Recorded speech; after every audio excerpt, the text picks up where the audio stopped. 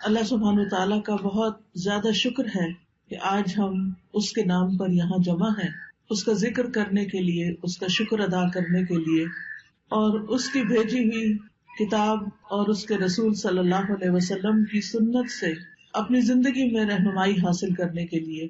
آج کی ہماری گفتگو کا عنوان ہے کہ غموں سے نجات کیسے پائی جائے۔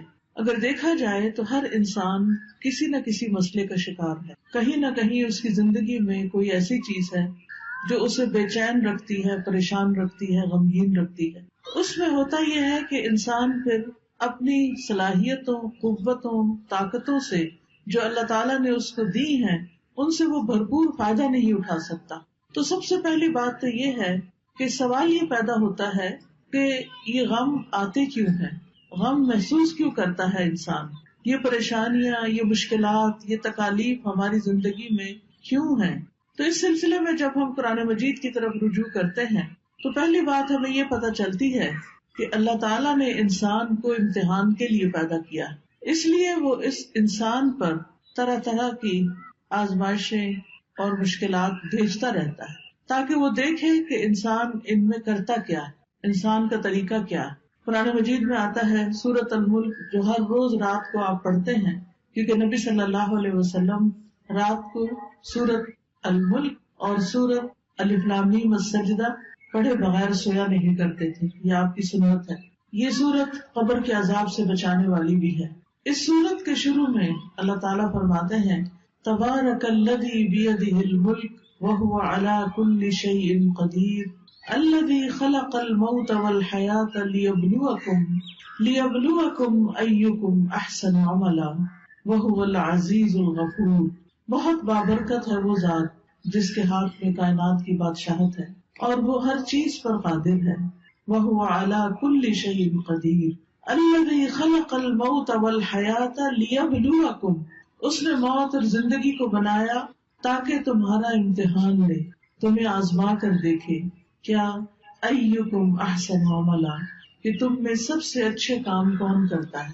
وہ العزیز الغفور، اور وہ زبردست ہے، غالب ہے، بخشش فرمانے والا ہے۔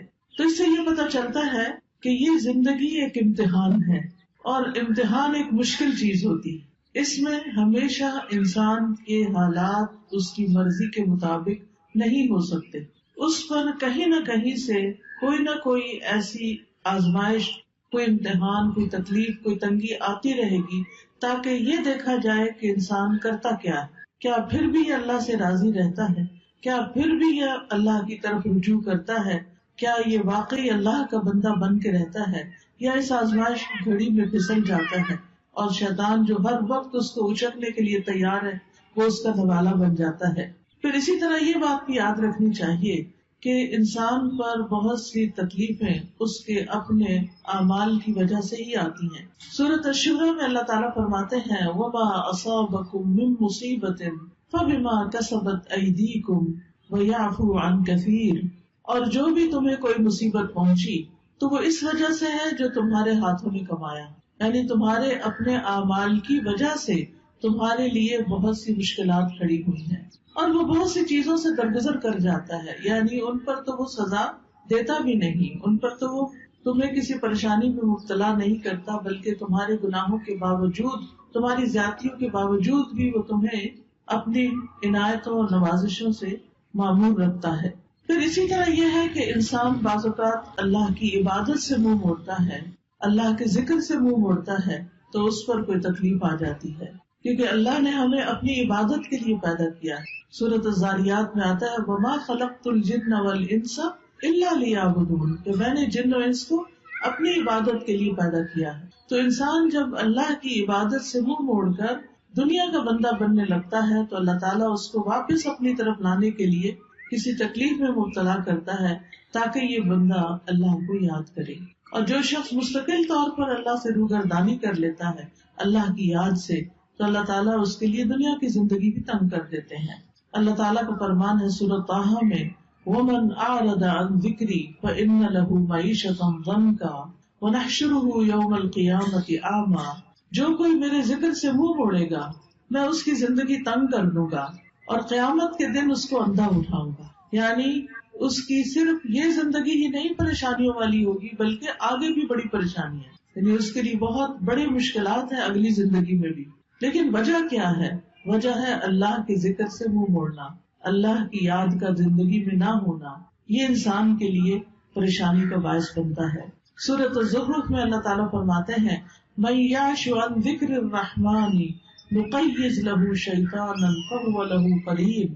جو شخص رحمان کے ذکر سے آنکھیں بند کر لیتا ہے ہم اس پر شیطان مسلط کر دیتے ہیں جو اس کا ساتھی بن جاتا ہے، اور شیطان پھر اس کو اللہ کے راستے سے روکتا ہے. جب انسان اللہ کا راستہ چھوڑ دیتا ہے اور اللہ کی نافرمانیاں کرنے لگتا ہے تو اللہ تعالیٰ پھر اس پر کوئی نہ کوئی امتحان بھیج دیتا ہے تاکہ یہ بندہ سوچے، غور کرے اور واپس اللہ کی طرف پلٹے.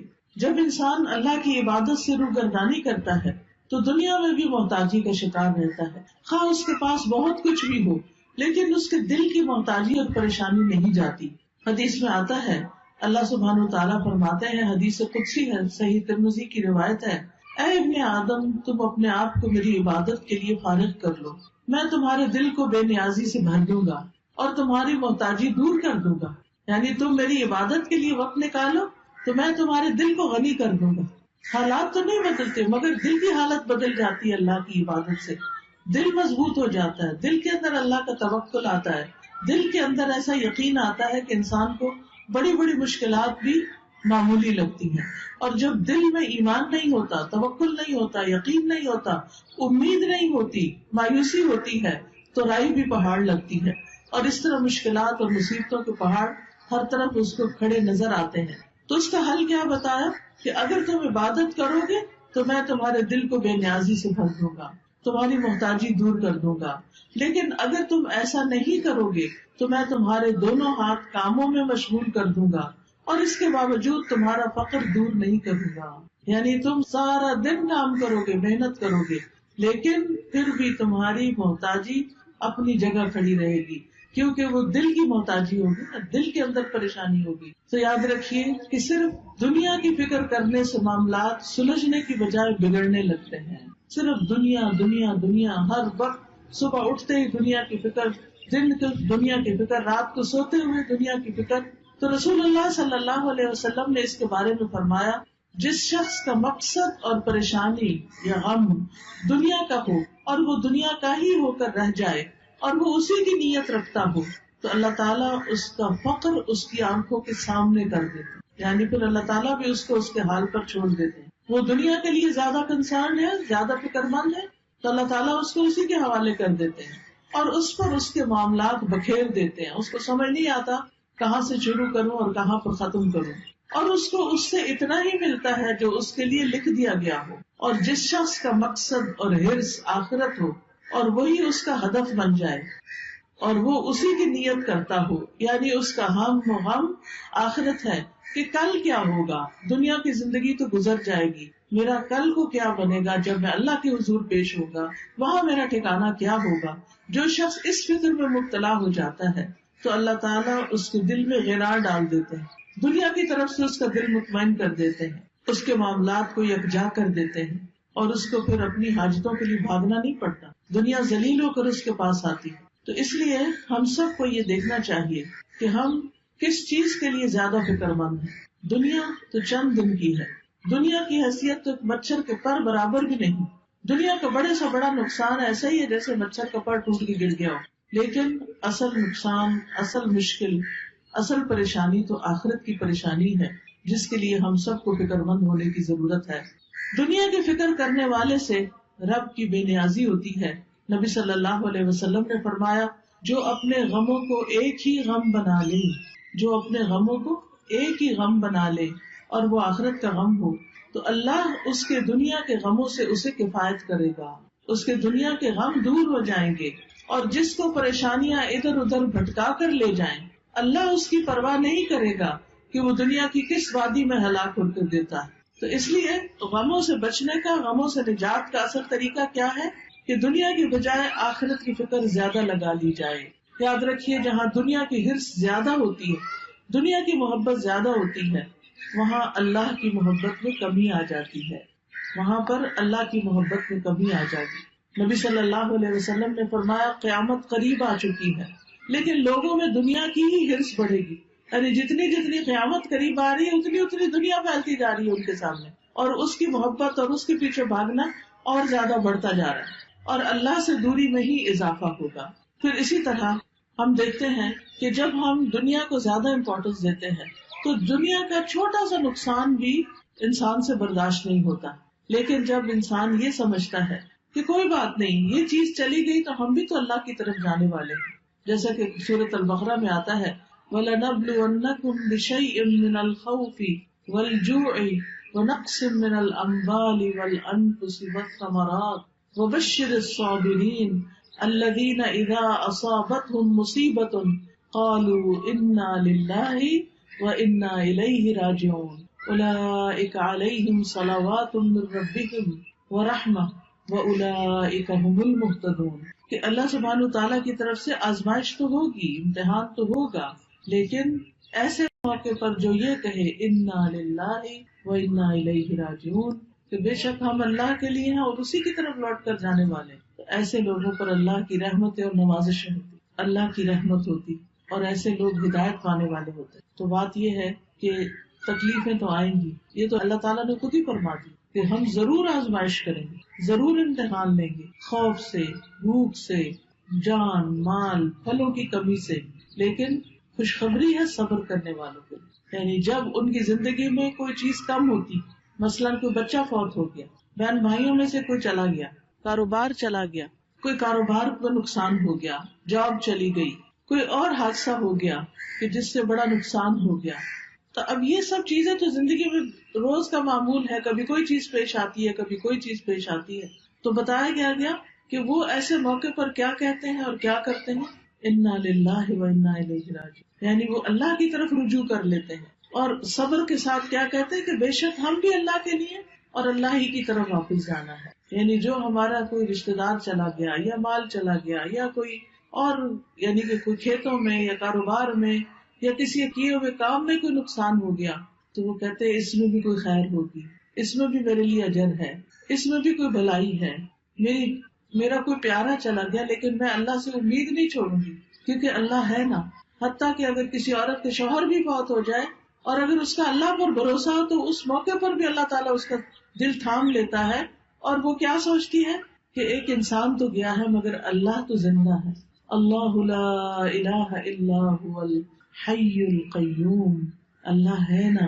ٹھیک ہے، انسانوں کی کمی کوئی انسان اور پوری نہیں کر سکتا، شوہر کی کمی کوئی بھی پوری نہیں کر سکتا، نہ ماں باپ، نہ بہن بھائی، نہ بچے، لیکن اس سے بڑھ کر بھی تو کوئی ہستی ہے نا، اور وہ اللہ کی ہستی ہے۔ اللہ لا الہ الا ہو، اللہ وہ ذات جس کے سوا کوئی الہ نہیں، الحی جو زندہ ہے، جس کو کبھی موت نہیں آنی، القیوم جو قائم ہے، جسے کسی سہارے کی ضرورت نہیں بلکہ وہ باقی سب کو بھی قائم رکھنے والا ہے۔ تو جب وہ ہستی موجود ہے، اللہ سبحانہ وتعالیٰ ہے، تو پھر فکر کس بات کی؟ اس نے تو میرے دنیا میں آنے سے پہلے میرے رزق کا انتظام کیا، ماں کے سینے میں دودھ اتار کے۔ اس نے تو مجھے پیدا ہونے کے بعد جب میرے دانت بھی نہیں تھے، کچھ کھانے کے قابل بھی نہیں تھا، کچھ ہاتھ پاؤں بھی ہلا کے نہیں پکڑ سکتا تھا، اس وقت بھی میرے رزق کا اہتمام کیا تھا، انتظام کیا تھا، وہ اب بھی کرے گا۔ تو ایسا شخص اس شدید غم کے موقع پر بھی سکون میں ہوتا ہے کہ اللہ ہے نا، وہ کہیں سے بندوبست کرے گا نا، وہ کوئی ذریعہ بنا دے گا نا، کیونکہ اصل الرزاق تو وہی ہے، انسان تو صرف سبب ہے، وسیلہ ہے۔ ایسا شخص کبھی بھی دل نہیں ہارتا، ایسا شخص کبھی بھی اپنے حواس نہیں کھوتا، ایسا شخص کی زندگی سے کبھی امید نہیں جاتی۔ اور آپ نے دیکھا ہوگا کہ کتنے ہی بچے ہیں جو یتیم پلے ہیں، لیکن وہ بڑے بڑے لوگوں سے آگے نکل گئے، دنیا کی بڑی بڑی مشہور ہستیاں بن گئے۔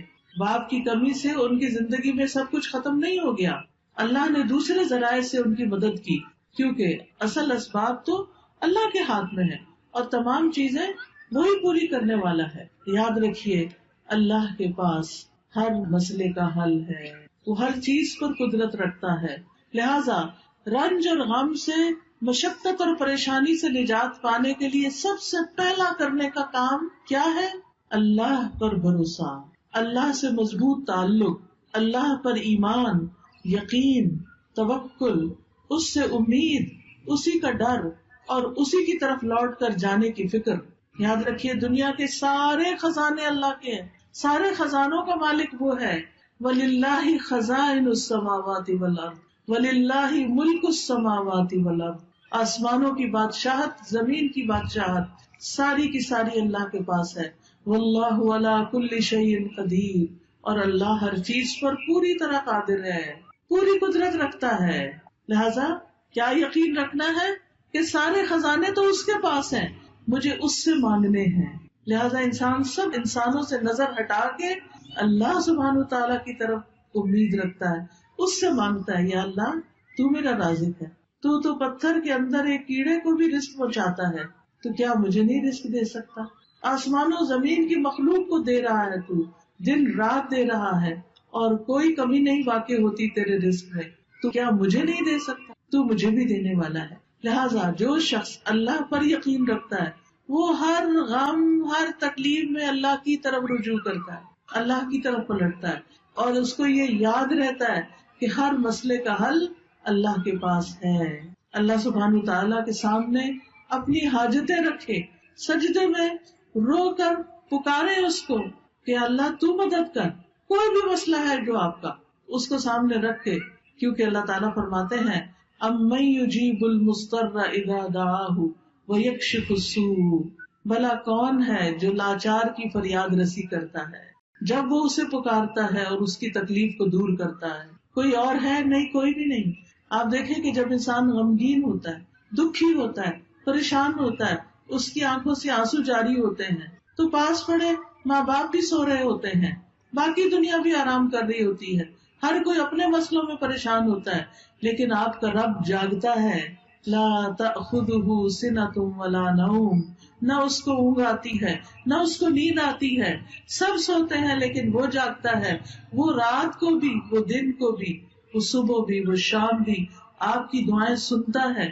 لہٰذا اس کی طرف رجوع کرنا ہے. چھوٹی ضرورت ہو، بڑی ضرورت ہو، لوگوں کی طرف لالچ کی نگاہ سے نہیں دیکھنا کہ ان کے پاس بہت کچھ ہے، نہیں، اللہ کی طرف دیکھنا ہے. رسول اللہ صلی اللہ علیہ وسلم نے فرمایا جسے انتہائی شدید حاجت آ پڑے، یہ شدید ضرورت اس کو ہو جائے کوئی، اور اس نے اسے لوگوں پہ پیش کر دیا تو اس کی وہ حاجت دور نہ ہوگی. کہ لوگ اکثر کیا چاہتے ہیں کہ یہ بندہ جو پریشان ہے پریشان ہی رہے، وہ مدد نہیں کرنا چاہتے. لوگ عموماً دوسروں کو دکھی دیکھ کے خوش ہوتے ہیں. تو اس لیے جب کوئی ضرورت پیش آئے سب سے پہلے اللہ سے دعا کریں، پھر اللہ لوگوں کے دل میں ڈالے گا کہ وہ مدد کریں آپ کی. تو حدیث میں آتا ہے کہ جسے انتہائی شدید حاجت آ پڑے اور اسے اس نے لوگوں پر پیش کر دیا تو اس کی وہ حاجت پوری نہ ہوگی، اور جس نے اسے اللہ پہ پیش کیا تو ان قریب اللہ اسے بے پرواہ کر دے گا. یا تو جلد ہی موت آ جائے گی، دنیا کے بکھیڑوں سے ہی جان چھوٹ جائے گی، یا جلد ہی غنی ہو جائے گا اور انسانوں کی ضرورت نہ رہے گی. آپ کو خوف آتا ہے کہ پتہ نہیں کیا ہوگا، پتہ نہیں بڑھاپے میں کون ہمیں دیکھے گا، ہمارے لیے روزی کا انتظام کیا ہوگا، ہماری ضروریات پوری کہاں سے ہوں گی. تو فوراً کہا کرے اللہ تو میرا رب ہے نا، تو ہی میرے سارے انتظام کرے گا، مجھے انسانوں سے نہیں، تجھ سے توقع ہے. انسانوں کے ہاتھ خالی ہیں، ہمارے ہاتھ میں تو تھوڑی دیر کوئی چیز ہو تو ہمارا دل کہتا ہے رکھ دیں. ایسے ہی ہوتا ہے نا، ہم اپنے ہاتھ بھر کے رکھ بھی نہیں سکتے، مٹھی میں کوئی چیز ہو چھوٹی سی بھی تو تنگ آ جاتے ہیں، وہ کہتے ہیں یہ کہیں رکھ دے. ہمارے ہاتھ خالی ہیں، خالی آئے تھے، خالی رکھنا پسند کرتے ہیں اور خالی جائیں گے. بھرے ہوئے ہاتھ تو اللہ کے ہیں، ان سے کیوں مانگتے ہیں جو خالی ہاتھ؟ ان سے کیوں توقع ہے جن کے پاس کچھ نہیں؟ اس سے کیوں نہیں توقع رکھتے جس کے پاس سب کچھ ہے؟ مانگ کے تو دیکھیں، پھر کس طرح ضروریات پوری ہوتی ہیں. آپ دیکھیں قبر میں سب سے پہلا سوال کیا ہوگا؟ من ربو کا، تیرا رب کون ہے؟ اور رب کون ہوتا ہے؟ جو پیدا بھی کرتا ہے، جو رزق بھی دیتا ہے، جو ساری ضروریات پوری کرتا ہے. تو اگر ہم اس دنیا میں، اس زندگی میں رب کو رب مانیں گے تو تبھی جواب دے سکیں گے نا. تو اکثر کہا کرے اللہ تو میرا رب ہے، تو ہے نا، تو یہ بھی کام کر دے گا میرا، تو یہ بھی مشکل آسان کر دے گا میری. زندگی میں کوئی مشکل ہی نہیں رہے گی جب آپ رب کو پکارتے رہیں گے، جب رب کو پہچان لیں گے تو کوئی غم نہیں رہے گا. انبیاء کا طریقہ یہ تھا کہ وہ اپنے غموں کی فریاد، اپنے دکھوں کی داستان اپنے رب کو ہی سناتے تھے. حضرت یعقوب علیہ السلام سے جب یوسف علیہ السلام دور کر دیے گئے اور وہ ان سے بے پناہ محبت کرتے تھے، تو آپ سوچ سکتے ہیں کہ جس سے انسان محبت کرتا ہو وہ اگر دور چلا جائے تو انسان کے لیے کتنا دکھ اور تکلیف ہوتی، کتنی پریشانی ہوتی. لیکن انہوں نے شکوہ بندوں سے نہیں کیا، کہا انما اشکو بثی وحزنی الی اللہ، کہ میں اپنے غم اور دکھ کی فریاد صرف اللہ کی جناب میں پیش کرتا ہوں. جب تکلیف آئے اللہ کے آگے سجدے میں گر پڑے، نفل پڑھے، روئیں، سجدے میں گڑ گڑا کے دعائیں مانگے، اللہ پہ بھروسہ کریں. اللہ تعالیٰ فرماتے ہیں وَمَن يَتَوَکَّلْ عَلَى اللَّهِ فَهُوَ حَسْبُهُ إِنَّ اللَّهَ بَالِغُ أَمْرِهِ قَدْ جَعَلَ اللَّهُ لِكُلِّ شَيْءٍ قَدْرًا. اور جو شخص اللہ پر بھروسہ کرے تو وہ اسے کافی ہے، اللہ اپنا کام پورا کر کے رہتا ہے. بلا شبہ اللہ نے ہر چیز کا ایک اندازہ مقرر کر رکھا ہے، ہر چیز کا ایک وقت ہے. اب مثلاً آپ کے صحن میں اگر بہت بڑا بھی درخت ہے پھل کا، مثلاً آج کل سردیوں کا موسم ہے اور آپ کے صحن میں آم کا بہت بڑا درخت ہے، آپ کے ابھی آم لگ جائیں تو ابھی تو نہیں لگیں گے. ہاں اگر آپ صبر کریں گے، انتظار کریں گے تو 6 مہینے بعد آپ بہترین آم کھائیں گے.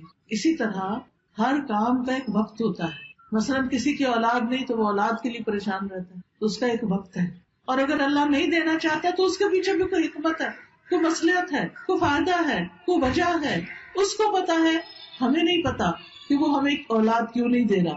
پھر اگر اولاد ہے اور اس کا کوئی غم ہے یا تکلیف ہے، اس کی وجہ سے ہم دکھی ہیں، تو اس پر بھی اللہ پہ بھروسہ کریں کہ یہ وقت بھی گزر جائے گا، اس کی کوئی وجہ ہے.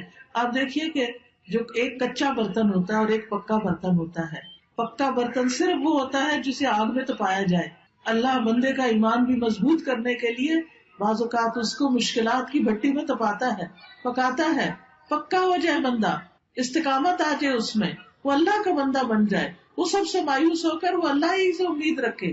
تو اس لیے ایسے موقع پر انسان کو پریشان نہیں ہونا چاہیے، اللہ کی طرف رجوع کرنا چاہیے. اور یہ بھی یاد رکھیے جیسے قرآن مجید میں آتا ہے وَلَئِن سَأَلْتَهُم مَّنْ خَلَقَ السَّمَاوَاتِ وَالْأَرْضَ لَيَقُولُنَّ اللَّهُ قُلْ أَفَرَأَيْتُم مَّا تَدْعُونَ مِن دُونِ اللَّهِ